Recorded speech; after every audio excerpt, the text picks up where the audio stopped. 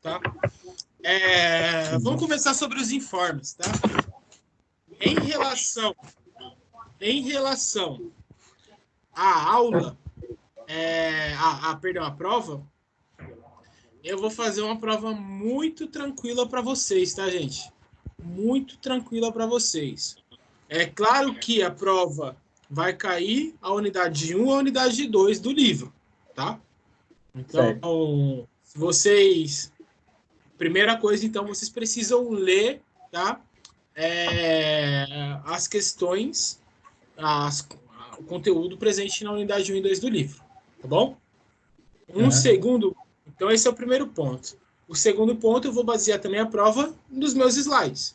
Então, eu vou pegar a minha sequência de slides e vou criar questões em cima dos meus slides, principalmente, tá? Então, todos os slides já estão no AVA. Eu acho que eu mandei no grupo de vocês, né? Todas as aulas em PDF, tá? Mandei no grupo de vocês. Eu não vi não, professor, na verdade, eu não vi. Não mandou, não. Não mandei? Não. Então, eu acho que só tá no AVA, tá? Mas eu mando no grupo também, porque o AVA tá dando muito problema, tá muito sobrecarregado, tem gente do país inteiro usando o AVA. Não sei se vocês estão tendo problema ou não, mas a galera do primeiro... Vocês estão tendo problema com o AVA? Não. Por enquanto, tá tranquilo. Muita gente veio me relatar problema com o AVA. Mas então, as aulas já estão lá, eu nem preciso mandar no grupo, tá? Vocês querem que eu mande? Ou não? Não Só preciso. para... É bom, né? Só para garantir? Bom, vai que... só para garantir. Vai que depois eu vou tentar abrir e não consigo. Tá.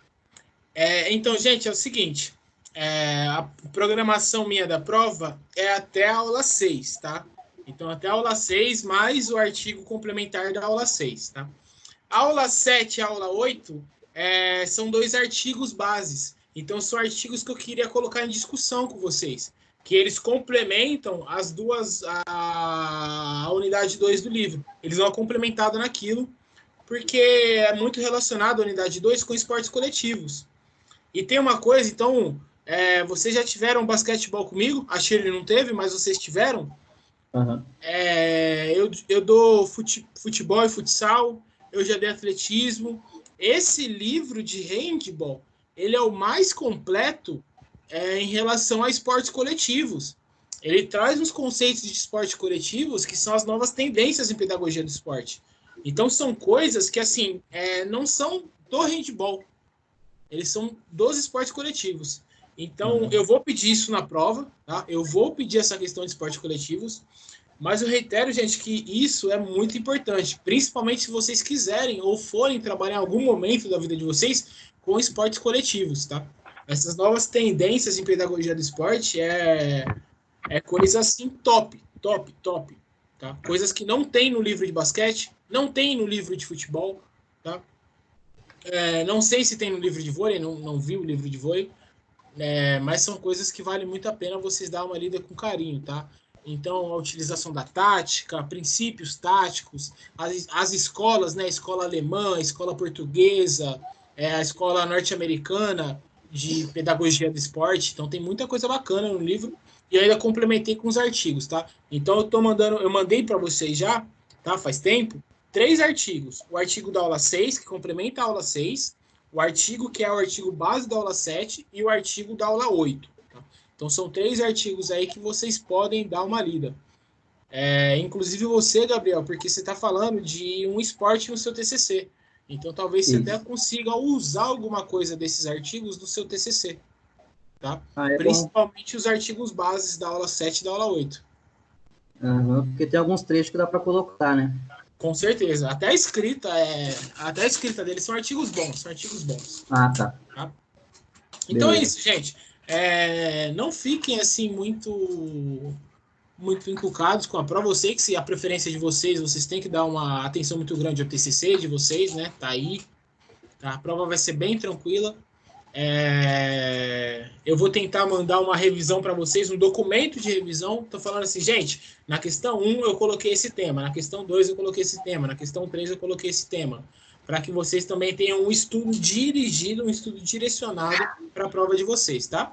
Legal, já vai ajudar Acho bastante. que facilita para vocês também. Ô, André, como que vai ser a prova? Eu tô em dúvida, tudo. Não Então, tenho nem noção. para vocês terem ideia, a prova nós ficamos sabendo anteontem, na terça-feira à noite e na quarta-feira de manhã nós ficamos sabendo. Perdão, na quarta-feira à noite, ontem à noite, nós ficamos sabendo dessa prova. Ontem à noite. O comunicado chegou para os professores ontem à noite. E tanto que às 6 horas hoje a gente teve uma outra reunião para falar sobre a prova. A prova vão ser 10 questões, tá? 10 questões de múltipla escolha. Então, vocês lembram da B1? A B1 não tinha 10 questões de múltipla escolha e 5 questões dissertativas? Vai ser a mesma coisa, só que vocês não vão ter as dissertativas. Só alternativa. Vocês vão ter as múltiplas escolhas. Por isso que vai ser uma prova que vocês vão precisar da leitura, né? Tá, mas como que vai ser dada? Vai ser no portal ou você vai passar online? Vai ser no AVA. Todos os professores. É padronizada para todos os professores. A prova vai ser no AVA. Então não vai ser igual agora a aula, vai ser a prova lá. A gente pega, faz a prova, tudo e acabou. Isso, vocês vão ter 48 horas para fazer a prova ainda. Ah, tá. Entendi. Vocês vão ter muito tempo. Achei que a gente ia fazer assim, por exemplo, igual a aula, entendeu? Não. A gente vai jogar lá as questões no portal. E aí eu sugiro, né, até para não atrapalhar a agenda de vocês, que vocês façam o horário da aula. Mas vocês têm 48 horas. Que é? Sugiro que dê para colar à vontade. Não, eu não posso sugerir isso. Não, mas vocês vão ver. Estudem, não precisam se matar estudando, não, gente. É muito simples a prova. Vocês vão ver que a leitura e muita coisa da prova a gente vai falar na aula de hoje. Tá? Então, vai ser um conteúdo bem mais tranquilo. Tudo bem? Tranquilo. Gente, então, vamos começar a aula? Alguém tem mais alguma pergunta? Não, tranquilo. É calor pra caramba, né? Eu nem uso roupa dentro de casa, né? Sacanagem. Vamos, então? Eu vou compartilhar minha tela com vocês, tá? Eu vou voltar como a gente teve... nós tivemos basicamente, né? Apesar do... Então, devido ao... A primeira semana não teve ninguém. Na segunda semana foi aquela do carnaval. Na terceira semana nós tivemos aquela conversa, né? Aí na quarta semana era dia da metodologia científica, na quinta a faculdade já tinha parado. Então, isso atrapalhou um pouco a gente, tá? Vocês vão entender na aula de agora, eu acho a mais da hora, tá? É muito da hora entender a história do handball, porque você alinha a história do handball com o basquete, com o futebol, todos os esportes nascendo ali ao mesmo tempo, tá? De onde veio cada um. Mas eu vou voltar desde a primeira aula, tá? Desde o primeiro conteúdo para a gente reforçar todos os pontos para vocês não terem nenhum déficit em relação a isso. Tudo bem? Vou compartilhar aqui a minha tela com vocês.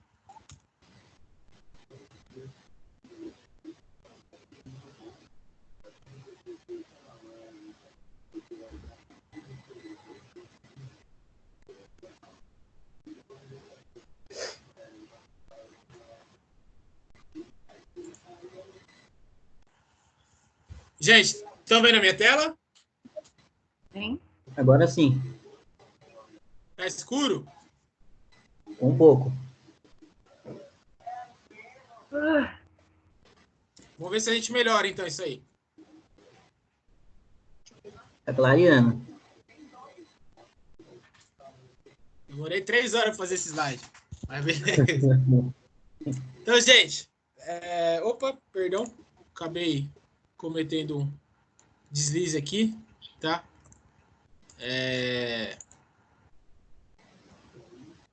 Tava pulando uma aula. Agora tá certo. Agora acho que vocês estão vendo a aula correta aí. Então, beleza. A nossa aula de hoje, tá? É referente à nossa aula 3, tá? Que vai falar sobre a origem e a história do handball. Gente, aproveitem porque, assim, de verdade, eu falei para vocês, eu sei que o intuito de vocês passar na disciplina, não ter problemas, tudo mais, vocês têm outros enfoques agora, mas é uma aula muito bacana. Até eu mesmo me surpreendi estudando para dar essa aula para vocês. Tá? Um outro ponto, gente, eu sei que vocês não querem ficar estudando para a prova. Tô certo ou não? Sim. Então, prestem atenção na aula e saiam sem perguntas. Tá? Porque se vocês saírem com dúvida, depois vocês vão ter que ficar estudando isso aqui novamente. Tá? Tem dúvida? Pergunta. Tá bom? Só tem 3 alunos, vamos fazer um bate-papo em relação à aula. Tá? Então, nós vamos passar algumas aulas hoje. Então, vamos lá. Primeiro de tudo, o handball não começou sendo chamado de handball. Tá? O handball... gente, desliga o microfone só para não dar interferência. Aí, quando vocês forem fazer perguntas, liguem e assim a gente vai. Tá? Então, ó, o handball não começou chamando de handball. O handball começou chamado de Königsberg. Tá? Que, então, vocês já sabem, já vê aí que a origem do handball é na Alemanha. Tá? Está registrado na literatura que, no ano de 1909, tá, uma mulher chamada Mary Meyer, instrutora de ginástica, olha de onde veio a história, tá? Instrutora de ginástica, desenvolveu um jogo chamado Bola de Königsberg. Tá? Königsberg, para vocês, tá, é uma cidade da Alemanha. Tá? Então, o jogo teve esse nome por conta da cidade. Tá? Então, o jogo chamava Bola de Königsberg, que era traduzido como um jogo de equipe para as mulheres que faziam ginástica. Tá? Qual que era o princípio do jogo? O princípio do jogo era rebater a bola com um punho, visto que o gesto de lançar, como a gente está falando de 1909, tá? 1909, o principal esporte no mundo era o atletismo. O principal esporte do mundo no início do século XX era o atletismo. Tá? Justamente pelo final do século XIX ali, quando começou as Olimpíadas modernas. Tá? Então, o suprassumo ali do esporte mundial na época era o atletismo. Então, e o atletismo contém, tá, a questão dos lançamentos. Lançamento de disco, lançamento de dardo e por aí vai. Então, o atletismo contém essa questão. Em 1909, a gente está falando de uma sociedade, obviamente, totalmente machista. Então, era uma sociedade, tá? Era um princípio patriarcal muito grande. Então, como era uma característica muito masculina a questão do lançar, porque os esportes olímpicos na época, eles eram relacionados com o lançar, tá? Esse jogo de equipe, essa instrutora de ginástica, ela criou um jogo parecido, só que um jogo parecido com o lançar, só que não era o lançar em si, e sim bater a bola com a mão, tá? Similar ao que hoje nós chamamos de vôlei. Tudo bem? Um outro ponto, tá, do Königsberg, tá, é que, baseado nesses jogos de Königsberg, tá, o Comitê de Mulheres da Ginástica, tá, da Sociedade de Berlim criou um segundo jogo. Esse jogo já tinha um nome mais tranquilo, né? um nome mais comum, tá? Que chamava-se de Torball. O que era esse Torball? Vejam quanto... Gente, eu fiquei muito tempo procurando imagens históricas para trazer para vocês, tá? Então, ao longo dessa aula tem muita imagem histórica. Espero que vocês aproveitem e vejam o impacto delas, tá? Mas, enfim. Então, o jogo, em 1909, início do século XX, surgiu como Königsberg, tá? Na cidade de Königsberg, na Alemanha, tá? Vindo da ginástica para mulheres. Então, a gente vê uma predominância do handball, tá, como um jogo feminino. Tá? E aí, do Königsberg, surge o Torball. O Torball já era um jogo difundido pela Alemanha. Tá? O Torball consistia em um jogo de oposição. Olha o microfone, gente. O microfone de alguém está ligado. o Torbal consistia como jogo de oposição. E aqui eu chamo uma atenção, tá? Jogo de oposição é praticamente um pleonasmo, né? Jogo de oposição. Chile, o seu microfone tá ligado. Eu vou desligar aqui, mantém ele. E aí, quando for fazer pergunta, é só mandar aqui. Tá? Jogo de oposição é um pleonasmo, tá, gente? Todo jogo, ele é de oposição. Todo jogo, ele é de oposição, tá? Quando a gente fala de esporte. Mas, enfim, o Torbal era um jogo de oposição que tinha como objetivo, aí sim, lançar a bola e converter ao gol. Esse era o objetivo do Torbal.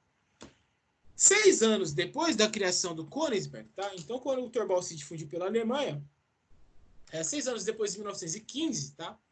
As regras do Torbal começaram a ser oficializadas. Então, veja a velocidade em que o esporte foi criado e que as regras foram oficializadas. E sempre que uma regra é oficializada, então você tem um esporte padronizado, você tem regras unificadas, o esporte é facilmente disseminado. Surgiu na Alemanha, que a gente está falando de 1915. Obviamente, o centro do mundo, digamos assim, naquela época, era a Alemanha. Então, o jogo que surgiu na Alemanha logo foi difundido por toda a Europa. E aqui o livro traz um ponto interessante falando do Torbal, tá? Que ele chama-se de reflita. Vejam, como as mulheres não podiam lançar a bola devido ao gesto ser considerado de caráter masculino, houve a necessidade de criar uma nova modalidade.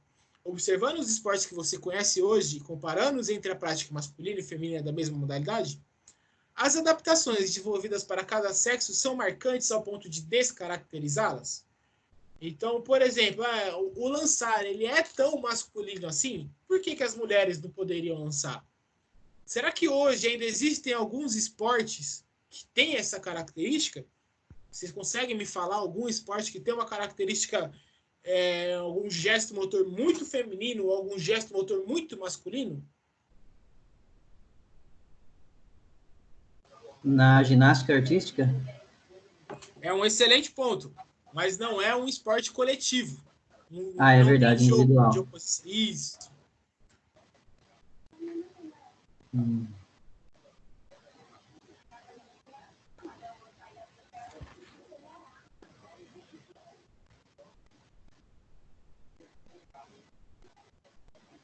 Em jogo é difícil, hein, professor?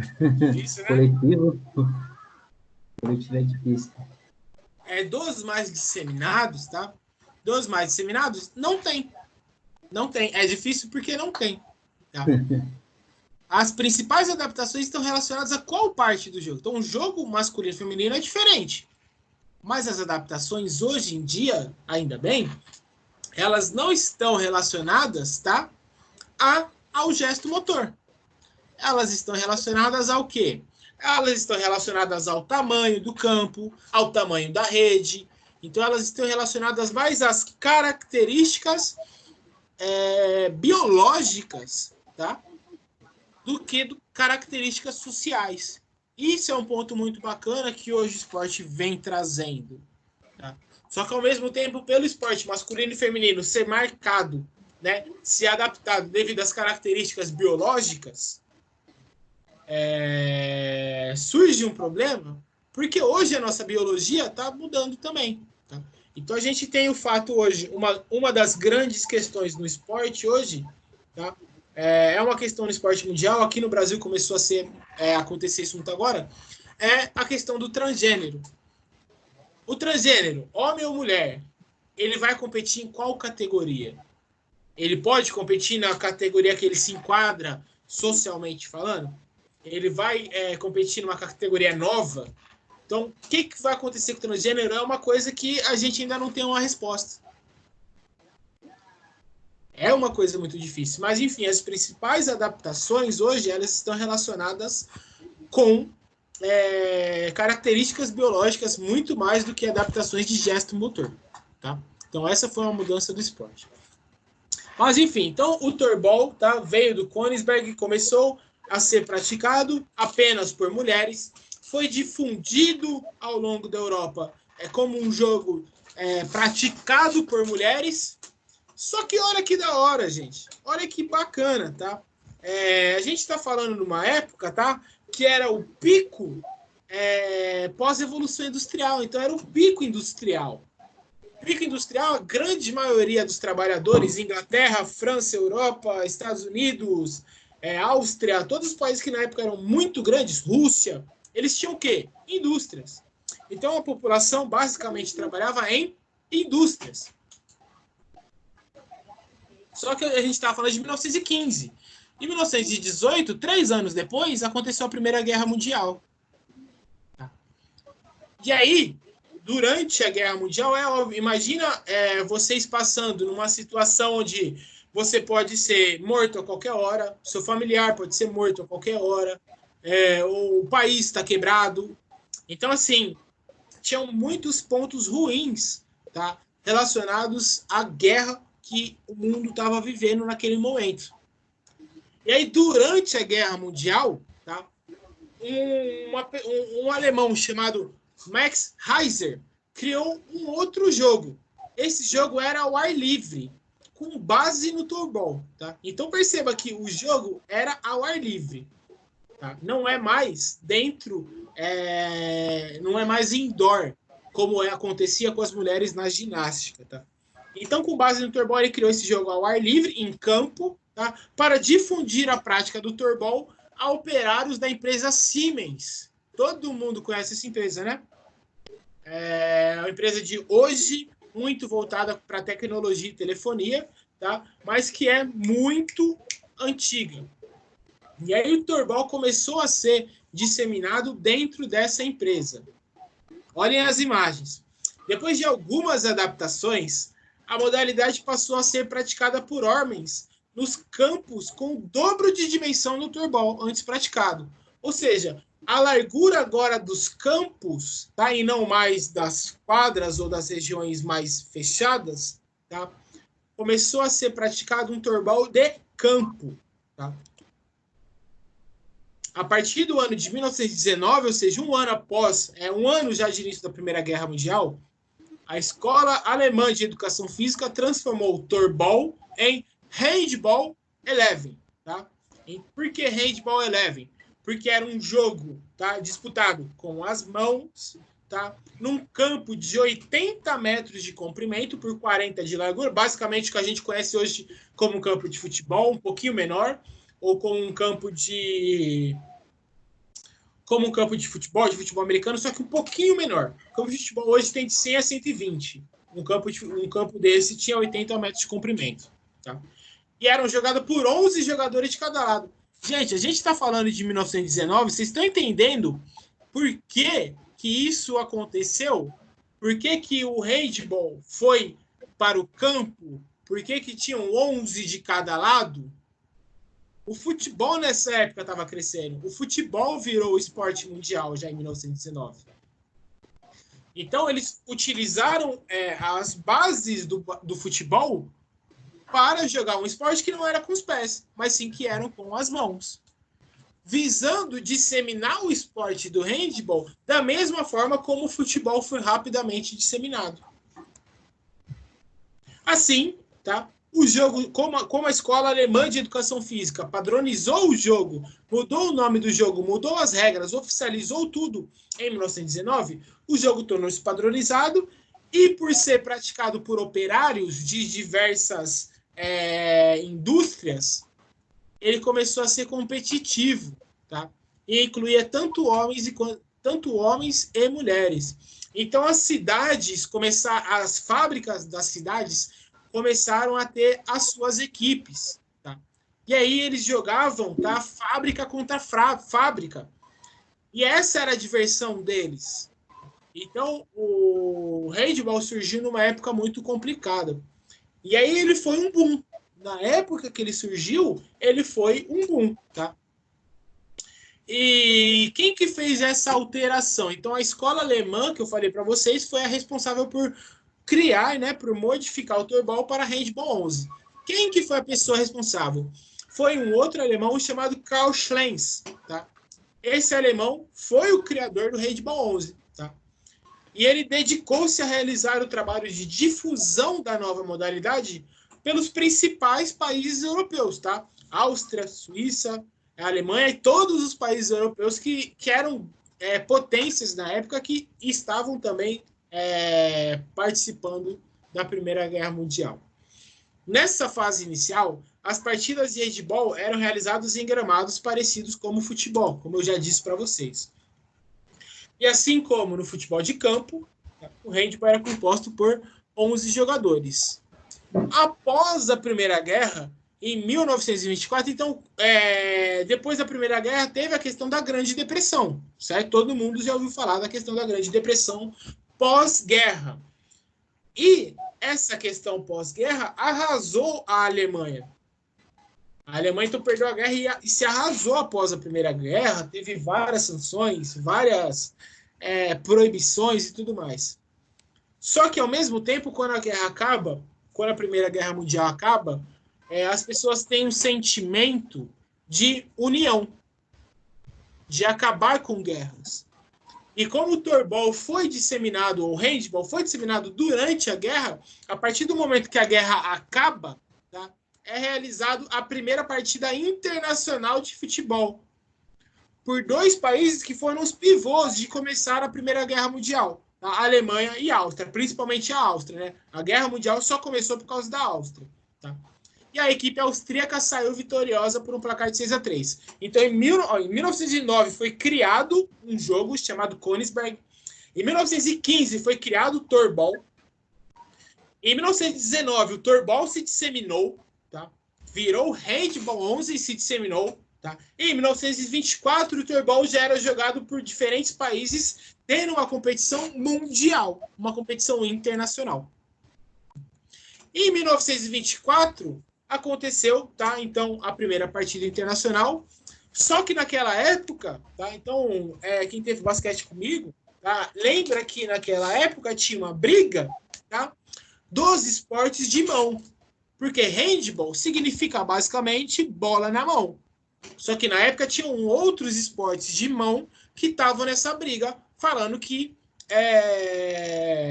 também querendo se dissipar do atletismo. Então, quem regia todos os esportes até essa época era o atletismo.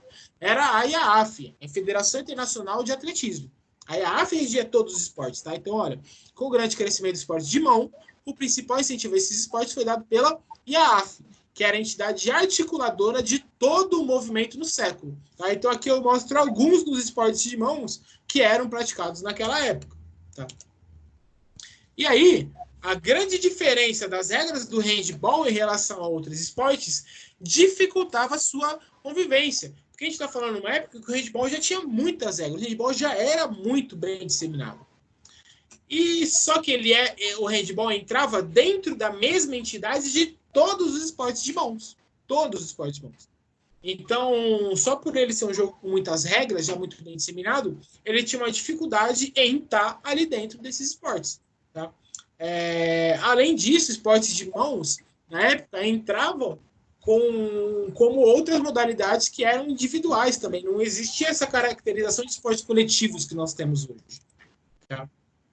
E aí começou uma briga muito grande, tá? Mundial, tá? Uma briga muito grande, tá? Para dissolver, tá? Para dividir os esportes de mão. A primeira briga, tá?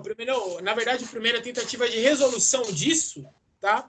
Foi em Haia, em 1926, tá? Na Europa. Então a EAF resolveu criar, tá? Uma comissão para estudar a possibilidade de integrar sob uma mesma administração basquete e handball. Os 2 principais esportes de mãos na época eram basquete e o handball. O basquete norte-americano e o handball europeu. Então, a IAAF, órgão mundial, né, resolveu, né, criar ali uma administração, tá, para pensar em separar o handball do basquetebol. E aí, no dia 4 de agosto, então 2 anos depois, no dia 4 de agosto de 1928, foi fundada a Federação Internacional de Esportes de Handball Amador. Então, a gente começa em 1909, em menos de 20 anos depois, o handball era o responsável por todos os esportes de mãos, incluindo o próprio basquete. Tá? Então, essa federação congregava todos os esportes que eram jogados apenas com as mãos. E aí, nessa comissão, tá? A partir da Federação Internacional de Handebol Amador, foram criadas 3 subcomissões. O handebol indoor, ou seja, o handebol de quadra, o handebol de campo e o basquete. Aqui eu paro e pergunto para vocês. Qual vocês acham que era o principal esporte de mão nessa época? Dessas 3 comissões, qual era a principal? Perdão, gente, aqui é handebol de campo, tá? Eu escrevi de quadra, mas é de campo, tá bom? Peço desculpa pelo erro. Então, handebol indoor, ou seja, de quadra, handebol de campo e o basquetebol. Qual dessas 3 era a principal para vocês? O de campo? Chile, Everson, concorda com o Gabriel? Morreu todo mundo? Só tá você, Gabriel? Não, tá aparecendo os nomes aqui, mas eu acho que eles estão dormindo, eu acho. Não, eu tô aqui, pode pá. É isso mesmo, Gabriel.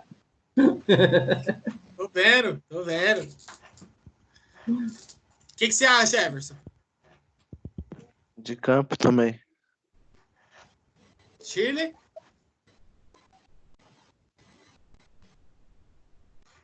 Dá para repetir a pergunta? Tava prestando atenção, né? Então, a gente está falando sobre a história do handebol, tá? Não, é só a pergunta mesmo. Qual das 3 comissões era a principal? Das 3 comissões... Basquete, handebol de quadra, handebol de campo ou basquete? Handebol, basquete. Peraí, de novo, por favor. Tinham 3 subcomissões: handebol de quadra, handebol de campo e basquetebol. Qual você acha que era a principal comissão que regia os esportes na época? De futebol. Não, os esportes dessas 3. Futebol. Gente, a principal aqui, tá? A principal, se o Gabriel e o Everson estão certos, era o handebol de campo. O handebol de campo era, sim, o principal esporte na época de mãos, tá? Então, era a principal subcomissão aí. Tá? A comissão à parte do handebol, tá? E aí aqui a gente vai fazer só um paralelo. A comissão à parte do handebol era o basquete. Só que o basquete era um esporte de natureza puramente técnica, né? Composta e a comissão do basquetebol, tá? Tinha uma natureza técnica vinda do basquetebol. Era composta por franceses, os únicos europeus presentes, o resto eram norte-americanos, tá? E foi a primeira entidade de basquetebol criada. Já em 1929, tá? Na Suíça, cria-se a Liga de Basquetebol de Genebra. Logo depois, transforma-se em Liga Suíça de Basquete, que utilizava as instalações da ACM de Genebra. Se vocês não conhecem, como profissionais da educação física, vocês necessitariam conhecer sobre essa instituição, que é a maior instituição de esportes do mundo, tá? Chamada de IMCA, para nós brasileiros, chamado de ACM, tá? Uma das associações mais antigas, na verdade, a associação esportiva mais antiga do mundo, tá?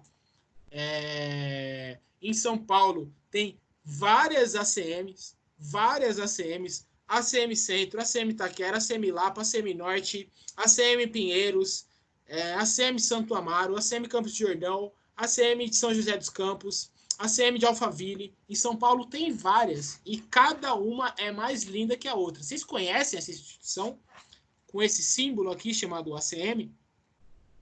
Eu sugiro conhecer, tá, gente? Porque... Eu conheço a da Lapa. Você conhece a da Lapa? Tem um amigo meu que é o meu antigo sensei e dava aula lá, judô. Muito bacana, muito bacana. A ACM da Lapa, quando eu era criança, era uma das que eu mais gostava de ir. Eu era da CM Centro, fui criado, eu entrei na CM Centro com 3 anos de idade, eu saí de lá com 14 quando eu fui pro interior. E, assim, a CM tem uma história muito grande, gente, muito grande. Então tem a CM no mundo inteiro, tá? Onde mais se tem a CM, tá? É nos Estados Unidos. Os Estados Unidos é onde mais tem, é basicamente uma por esquina, tem muita CM. Então, ela chama AMCA, e vocês conhecem essa sigla por causa daquela música famosa, que é justamente uma homenagem a essa academia nos Estados Unidos. AMCA. Então, é uma homenagem a essa instituição nos Estados Unidos. E eu já vi, por exemplo, no Simpsons, quando o Homer vai ensinar a Maggie a nadar, ele leva ela dentro de uma CM. Então, é uma instituição muito disseminada. Em São Paulo tem muitos locais que tem a CM, tá? Então, muito provavelmente... Em São Paulo, basicamente a CM e o SESC. São as duas instituições gigantes de São Paulo, tá? As outras são instituições, podem ser até grandes, mas não têm o mesmo tamanho, muito menos a história, tá? da ACM, ou a sigla em inglês, IMCA. Tá? Para vocês terem ideia, tá? O próprio basquete, tá? O próprio basquete, a Liga Suíça de Basquete, tinha como sede a ACM de Genebra. Então, é a mesma coisa do basquete, o handball de quadra, mais para frente, foi criado assim. Tem vários esportes que foram criados e jogados. O basquete no Brasil também foi jogado na CM do Rio de Janeiro, e por aí vai, tá? Então é uma instituição que vale muito a pena conhecer. Mas, enfim, só um paralelo, tá? E aí, em 1931, então ficou desde 1924, tá? Até 1931, tá? O basquete fazia parte do handball. O basquete fazia parte da Federação Internacional de Handball Amador. Então, o basquete era um jogo dentro do handball, que eram os jogos de mão. Tá? Em 1931, inicia-se conversas entre a Comissão de Basquete e a Federação de Handball para tentar separar uma coisa é basquete e a outra coisa é handball. Eita. Gente, deu um probleminha aqui, um segundo.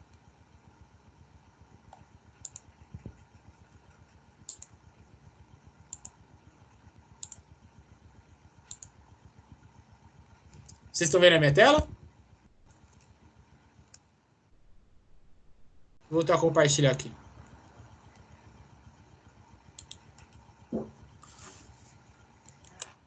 Pronto, agora vocês estão vendo. Então. E aí, veja, gente, que depois de 3 anos aqui, em 1934, o basquetebol conseguiu se emancipar da Federação de Handball, até que em 1936, nas Olimpíadas de Berlim, na Alemanha, o basquete se tornou um esporte olímpico. Opa, então esse aqui foi só um paralelo do basquete, tá? É só para mostrar a importância do handball era tão grande que o basquete era um jogo dentro do handball. Era uma manifestação do handball. Para vocês imaginarem a importância do handball naquela época. Até que, mas se... Então veja o que eu estou falando para vocês, tá? Veja o que eu estou falando. O basquetebol era um jogo norte-americano, de origem norte-americana, tá? Que era uma manifestação, era um subjogo, era uma subcomissão do handball. Aí o basquete consegue a sua emancipação, né? Em 1936, dentro da Alemanha, onde o handball foi criado, o basquetebol virou olímpico. E o handball? Então vamos ver. O handball era europeu. Então as conversas com a Federação Internacional de Handball Amador se iniciaram anteriormente ao basquetebol, que era norte-americano. Tá? Então, em 1934, o Comitê Olímpico Internacional, então já em 1934, o Comitê Olímpico Internacional decidiu que o handball seria um jogo olímpico. Por quê? Porque os próximos Jogos Olímpicos, que foi o de Berlim em 1936, eram jogados na Alemanha, onde nasceu, tá, o handball. É a mesma questão, tá, quando a gente tentou colocar aqui o jiu-jitsu dentro das Olimpíadas. Tá? É um esporte puramente tem as suas origens no Brasil. É óbvio que o brasileiro queria, as comissões, o COB queria que ele fosse um esporte olímpico nas Olimpíadas do Brasil. Tá? Coisa que não aconteceu, mas colocou outros esportes que eram de origem brasileira também. Tá? Enfim, tá? Então a primeira edição, tá, do handball nas Olimpíadas contou com a participação de 26 países filiados. E vejam as imagens, gente, que eu estou trazendo para vocês do handball.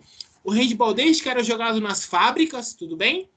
E olha o tanto de gente que assistia partidas de handball. Era uma participação absurda, massiva, muito parecida com a participação do futebol. Tanto que eles eram jogados no mesmo estádio. Tá?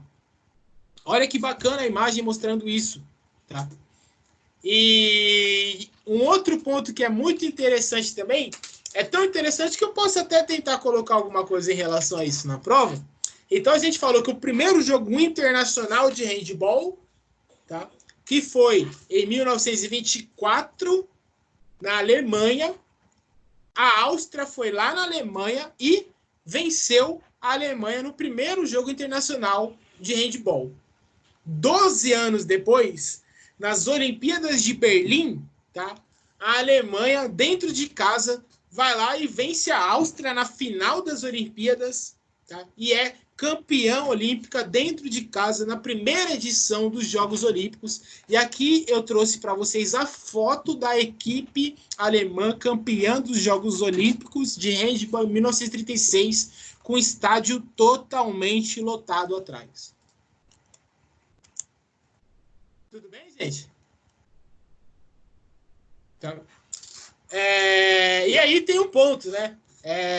Eu sei que espero que vocês tenham percebido isso, mas vocês podem estar estranhando. Até eu mesmo estranhei quando eu comecei a estudar mais a fundo essa questão do handball ser handball de campo, né? Então veja, não pense que o handball dos Jogos Olímpicos de 1936 era exatamente como o de hoje. Era um esporte composto por 11 jogadores e um campo de 80 por 40, portanto era denominado handball de campo.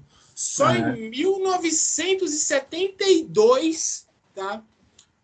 Então, depois a gente vai falar daqui para frente que o handball ele saiu das Olimpíadas. E aí, em 1972, ele volta. E aí ele volta como o handball que a gente conhece hoje, com handball de salão, com handball indoor. Mas Oi? Fico pensando assim na dinâmica, porque assim, pensando assim no como seria o jogo, seria mais ou menos um futebol americano, né? Sim, exato. Por conta Excelente de ter o questão. campo, de estar usando a mão, tudo, né? Excelente questão. A dinâmica tinha que ser completamente outra. Infelizmente, eu não trouxe nenhum vídeo aqui, mas depois vocês podem até pesquisar assim como que era jogado, porque o handball ele é um jogo muito dinâmico, né? É ataque, defesa, ataque, defesa, ataque, defesa. Mas num campo de 80 metros, não dá para ser ataque e defesa, né? A estratégia então, muda, né? Você tá certíssimo, era um jogo totalmente diferente, tá? E aí, enfim, infelizmente, depois de 36, tá? Porque vocês sabem, ou deveriam saber, que quando você tem umas Olimpíadas em um local, o país tem a chance, o país sede pode escolher 2 esportes para entrar dentro das Olimpíadas. O país sede escolhe 2 esportes. E aí tem uma questão de mais 3 esportes para serem inclusos, tá? Então, eu sei que nas Olimpíadas agora serão inclusas o skate, né? Já foi o surf, então, e já tem outras, né, que também são caseiras em relação ao Karatê. O karatê, isso, era uma luta. O karatê não tinha, agora vai ter. Que vai ter, e foi uma escolha de Tóquio, não foi uma escolha olímpica. Então, o karatê entrou, beleza, mas ele pode sair na próxima. Que foi o que aconteceu com o handball em 36. Por ser na Alemanha, a Alemanha escolheu implementar o handball nas Olimpíadas. Mas depois dali, o handball não foi mais o esporte olímpico. E foi essa a grande diferença que nós vemos hoje do handball para o basquete. Se hoje nós praticamos muito mais basquete do que handball, se hoje a história do basquete é muito maior do que a de handball, isso acontece por 2 pontos. Primeiro, pelo handball ser norte-americano. E aí vocês já sabem que a coisa é diferente, o marketing é diferente, a gestão é diferente, a influência é diferente. E segundo, o basquete não deixou de ser olímpico. O basquete foi implementado nas Olimpíadas de 36, mas foi uma escolha do Comitê Olímpico Internacional. O handball foi uma escolha do Comitê alemão, olímpico alemão. Então, infelizmente, o handball deixou de ser um esporte olímpico a partir de 36. E aí o handball, 36 anos depois, e olha onde foi realizado 36 anos depois das Olimpíadas. E na Alemanha, novamente, só que agora em Munique. Então, a primeira foi em Berlim, que foi a sede, né, do handball onde se disseminou, e agora foi em Munique. Tá? Então, quando as Olimpíadas voltam para a Alemanha, o handball também volta a ser um esporte olímpico. Tá? E aqui, veja que interessante, tá? Uma fotografia do handball olímpico, tá? Em 1972, que aí volta a ser um esporte indoor. A diferença que a gente vê do handball de campo para o handball indoor. Nas Olimpíadas de Montreal, então no Canadá, em 1976, foi incluído o handball feminino. Então, em 72, volta para a Alemanha, em 76 é incluído o handball feminino. Em 76, a gente já está num período, tá? Na verdade, nós estamos ali no pico da briga da Guerra Fria. Nós estamos no pico da Guerra Fria. E qual que foi a maior guerra, a maior disputa da Guerra Fria? Foi o esporte. Então, Estados Unidos e União Soviética se degladiavam no esporte. Então, aí existe toda a questão das atletas históricas olímpicas, né? Nadia Comaneci e outros atletas que foram ilustres. A questão do doping, né? Esses galera da União Soviética aí tinham um mecanismo de doping muito elevado, coisa que a gente descobre só hoje em dia, e olha lá, ainda tem muita coisa para descobrir o que esses caras tomavam, tá?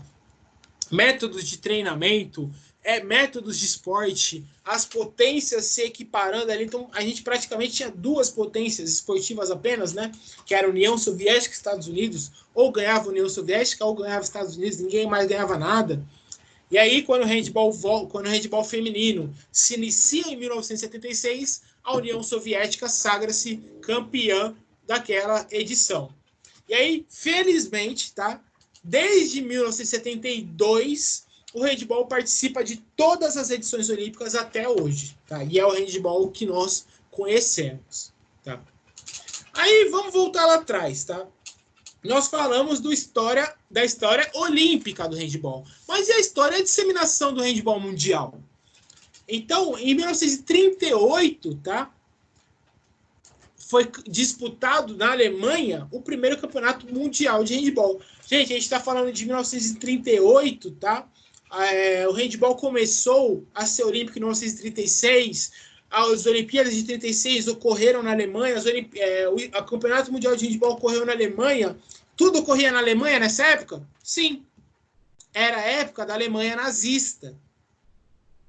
Então, tudo, a Alemanha, bem ou mal, né, de forma benéfica como potência ou de forma maléfica com todos os pontos que Hitler colocou, tá? Mas a Alemanha era o centro mundial naquela época.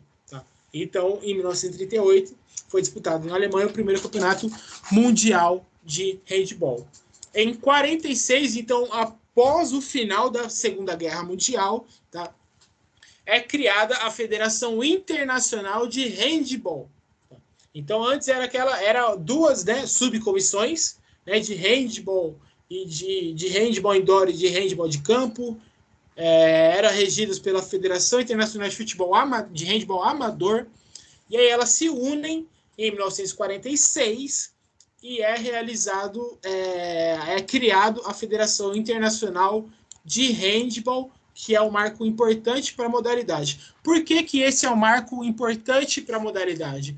Porque a partir da criação dessa federação, o handball começou a ser padronizado. Então, eles começaram a falar assim, olha, não pode haver duas modalidades. Ou vira handball de campo somente, ou vira handball de quadra. Não dá para ficar com essa divisão dos dois. Tá? É que nem hóquei. Gente, tem um esporte mais inútil nas Olimpíadas do que hóquei de campo? Hóquei é no gelo, gente. Não existe hóquei de campo. Não existe. Isso aí tem que mudar. É questão de tempo até mudar. Não existe hóquei de campo. Tá? Aí vocês podem perguntar, professor, mas existe rugby e futebol americano? Aí a história é outra. O rugby veio do futebol, ou o futebol veio do rugby, melhor. Então a história do rugby e do futebol americano são completamente diferentes. Tá? Mas modalidades são iguais. Hóquei, tá? Não tem por que estar no gelo e no campo. Não tem uma dinâmica legal, né? Não tem, não faz sentido. Deslizando, né? Tem que o esporte só vai crescer mais quando padronizar. E aí, com certeza, obviamente, que a partir do momento, a partir das próximas Olimpíadas que forem nos Estados Unidos, a próxima, vocês podem me cobrar, hein? Podem me cobrar. A próxima Olimpíada que for nos Estados Unidos, 2 esportes vão virar olímpicos. O hóquei e o beisebol. Vocês podem me cobrar isso. Os dois esportes, a partir do momento que ele virar olímpico, o hóquei e o beisebol vai acontecer. Só que o beisebol tem um problema, porque o beisebol é muito parecido com a questão do rugby do futebol americano. O beisebol, a modalidade mundial do beisebol é o cricket. O cricket é jogado na Inglaterra, em países da Europa. O cricket é muito famoso na Índia. O beisebol é jogado nos Estados Unidos. Então, se for um esporte olímpico, eles vão ter que unificar o hóquei de campo com o hóquei de gelo e vão ter que unificar o beisebol com o cricket. Com certeza isso vai precisar acontecer, assim como aconteceu com o handball, tá, gente? Fica aí, podem me cobrar mais para frente, nas próximas Olimpíadas. Vai ter uma padronização, né? Então, daqui a 20 anos, vocês podem me cobrar que isso aí vai virar esporte olímpico, tá? Então, enfim, a Federação Internacional de Handball padronizou o handball, e assim, a partir de 1966, os jogos de handball de campo foram descontinuados, tá? Então, a partir de 1966, o handball de campo não existe mais. Não existiam mais partidas oficiais de handball de campo. Campo, para eles, esporte de campo era futebol. Tá? Campo, para eles, era futebol. Quadra se dividia principalmente em basquete e handball. Aqui o vôlei já estava crescendo também, tá? Mas os grandes, na época, tá, na metade do século XIX, era basquetebol e handball. Tá? E então eles padronizaram, o handball então se unificou. Quem jogava handball de campo precisou se adaptar ao handball indoor. Tá? E por ser uma união agora, uma federação unificada, eles pressionaram e foi através da federação que o handball voltou para as Olimpíadas de 72, 6 anos após, 6 anos após tudo isso que a gente está falando. Tá? Enfim, hoje, atualmente, o esporte é praticado em 183 países, envolvendo mais de 1 milhão de equipes e 30 milhões de profissionais. Então vocês podem pensar, não, o handball não é importante, gente. Talvez no Brasil ele não seja tão disseminado. Mas no mundo existe mais de 30 milhões de jogadores profissionais de handball. Hoje, como que é o jogo de handball? Coisa que com certeza eu vou perguntar na prova de vocês, como era jogado o handball antes, como é jogado o handball hoje. O handball hoje é jogado por 2 tempos de 30 minutos, tá? 15 por 15, e um intervalo de 10 minutos entre eles. Então, o handball é assim padronizado, e uma vez padronizado, o objetivo do jogo é manobrar o adversário. Olha que bonito. O objetivo do jogo é manobrar o adversário, passando a bola hábil entre os jogadores, ou seja, passando a bola rapidamente entre os jogadores no intuito de manobrar, no intuito de deslumbrar o adversário. Quando for possível, arremesse-se a bola ao gol. Se a bola atingir a rede, marca-se o gol. Então a gente falou de toda a história do handball no mundo, agora chegou a hora de nós falarmos do handball no Brasil. Então, a história do handball no Brasil. Acredita-se, tá, que o handball no Brasil foi trazido por volta dos anos 30 e 32, tá? E foi o início da expansão, da globalização, tá? Devido aí a toda a questão que o mundo estava vivendo, a pressão que o mundo estava vivendo nessa época, tá? Com o handball chegou no Brasil com modalidade de campo, tá? Obviamente que ele foi trazido por imigrantes alemães que vieram ao país estabelecendo-se na região sul por conta das condições climáticas. Então, Rio Grande do Sul, Blumenau, todos os países, todos os estados ali, as cidades, tá? Características, tá? De imigrantes alemães do sul, tá? Praticaram, tá? Foram o primeiro berço do handball no Brasil. Isso quer dizer que o handball foi jogado no Brasil, começou no Brasil, no sul? Não. A gente vai ver agora, tá? O esporte na modalidade de campo disseminou-se no Brasil em São Paulo. Então ele veio para o Brasil no sul, mas o esporte foi jogado em São Paulo, tá? Por que em São Paulo? Porque um professor chamado Emil Schemelin é conhecido como o pai do handball no Brasil, tá? Porque ele foi um dos fundadores da Federação Paulista de Handball. Tá? Então, a Federação Paulista de Handball regiu o futebol o handball em 1940. Tá? E aí, através desse professor Emil Schemelin, tá? A disseminação de futebol de campo, de handball de campo, foi grande até os anos 60, quando a modalidade 66 acabou sendo desligada. Tá? Olha essa imagem à direita. Tá? A Federação Paulista de Handball oficializou o handball indoor com 7 jogadores de cada lado. Conhecem esse clube? Esporte Clube Pinheiros? Pois é, nesse clube aconteceu a primeira competição de handball no país. Realizado num campo improvisado, demarcado com cal, tá? Com as dimensões de 40 por 20. 40 por 20 era metade do handball de campo. Tá? Ele falou assim, não, vamos jogar handball indoor. Mas não tem quadra desse tamanho, então diminui, põe na metade. Tá? Metade, 40 de comprimento, 20 de largura. E balizas com caibros, tá? De madeira, tá? Ou os gols, tá? Com 3 metros de comprimento por 2 metros de altura. A popularização definitiva do futebol adveio da sua inclusão no terceiro Jogos Estudantis Brasileiros, realizado em Belo Horizonte em 1971. No Brasil, a rápida expansão, tá? Então, a partir do momento que foi realizado lá o torneio nacional de handball nos Jogos Estudantis, tá? Foi cada vez mais, tá? Expandindo o handball pelo território nacional. Até que em 1979, então o handball no país, tá? Desde 1940, o handball no país passou aí 40 anos sendo regido pela Federação Paulista de Handball. Então, no Brasil inteiro, quem regia o handball era a Federação Paulista. Tá? Só que tinham outras federações também. Outras federações em outros estados estavam sendo criadas, e aí em 79 eles decidiram unificar tudo, tá? Separar cada federação e unificar uma confederação, que é a Confederação Brasileira de Handball. Aqui tem um ponto que é muito engraçado, tá, gente? Então, vamos lá. Confederação Brasileira de Futebol, CBF. Confederação Brasileira de Vôlei, CBV. Confederação Brasileira de Esportes Aquáticos, de Desportos Aquáticos, CBDA.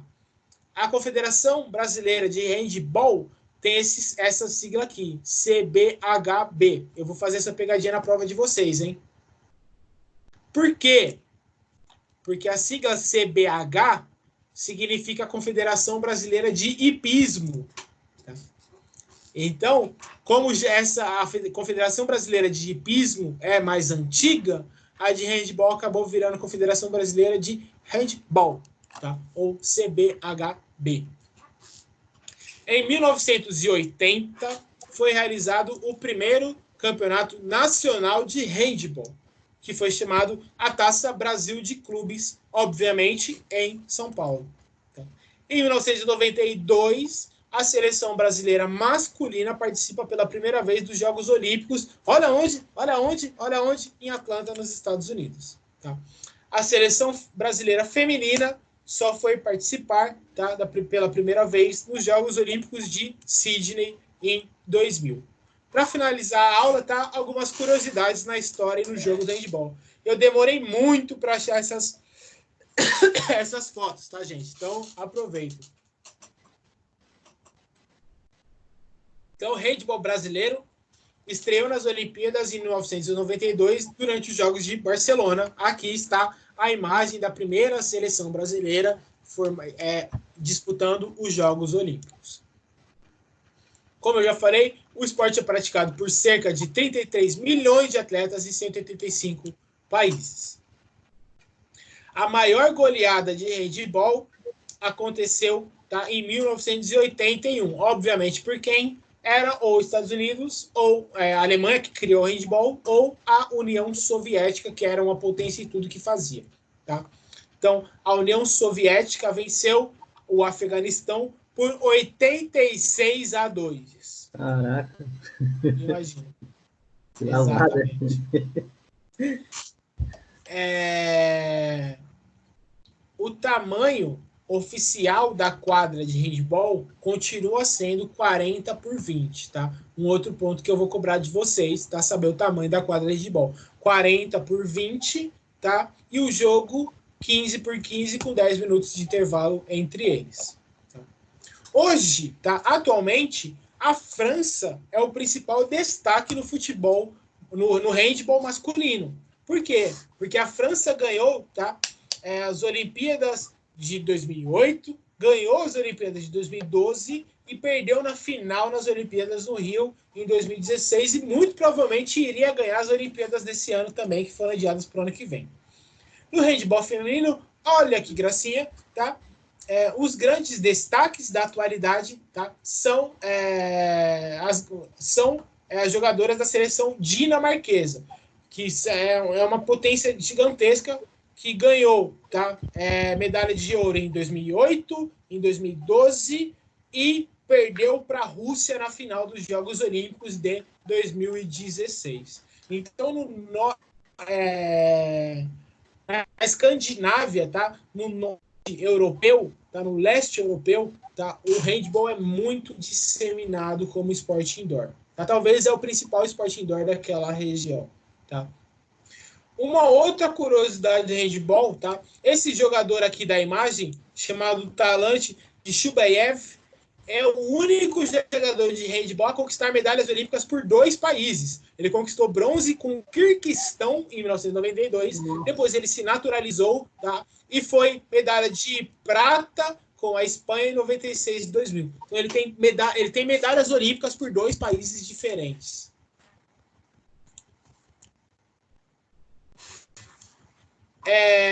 O maior time, tá, de handball. Então, eu falei para vocês que o leste europeu, tá? Leste europeu, Escandinávia mais Rússia, tá? São as principais potências no handball atualmente. A Europa em si, tá? A atual Rússia já ganhou 4 medalhas de ouro. Só que olha que interessante. A Rússia ganhou 4 vezes a medalha de ouro, só que com 3 nomes diferentes.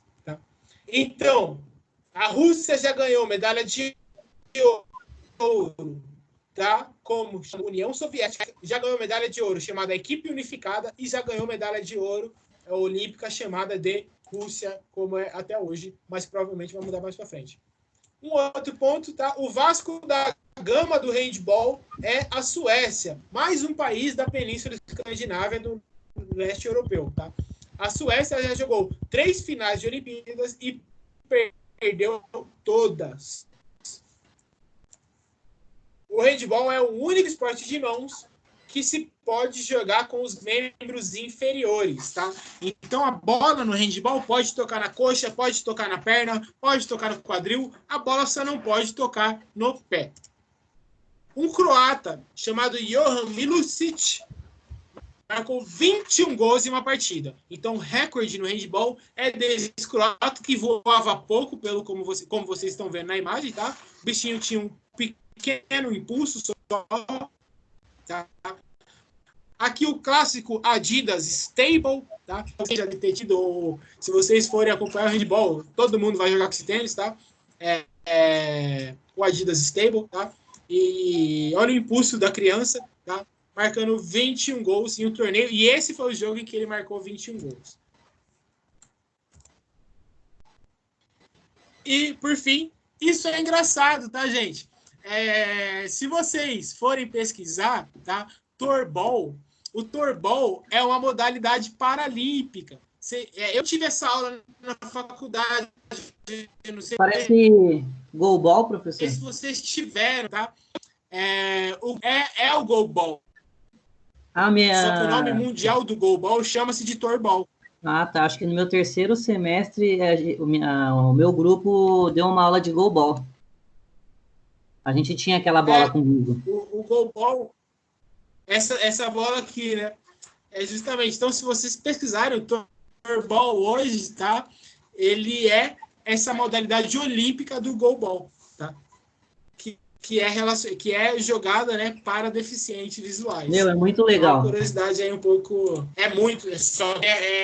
Nossa, eu tomei umas boladas na cara, velho. E pra gente finalizar a aula, galera, vamos lá. Então, primeiro de tudo, tá? Como para finalizar a aula, o handball moderno, handball, né? Foi criado, tá? Por alemão Karl Schlenz, no ano de 1919. O Königsberg foi criado em 1909. O Torball foi criado em 1914. O handball foi criado em 1919. Tá? Mas, obviamente, que há evidência, sempre há evidência, eu nunca vi um local que há evidência de tudo você imaginar, tá? Que jogos com bolas e uso das mãos foram jogados na Grécia Antiga, Roma Antiga e Idade Média. Tá? Então, gravem isso com o carinho. Tá? O segundo ponto.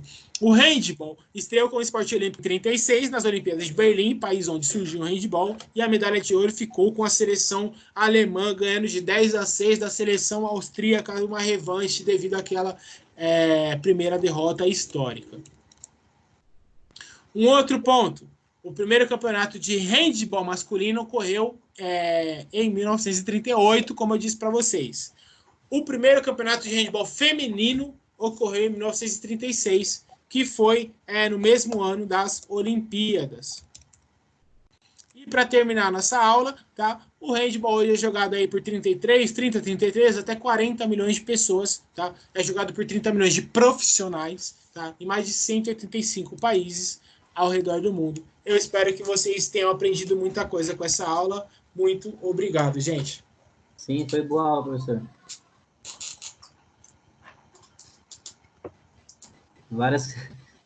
Bastante coisa que eu não sabia. Muita coisa, né, cara? Handball, assim, a gente não imagina que tem tanta coisa bacana assim. Ainda mais por não ser uma modalidade favorita, né? Nossa.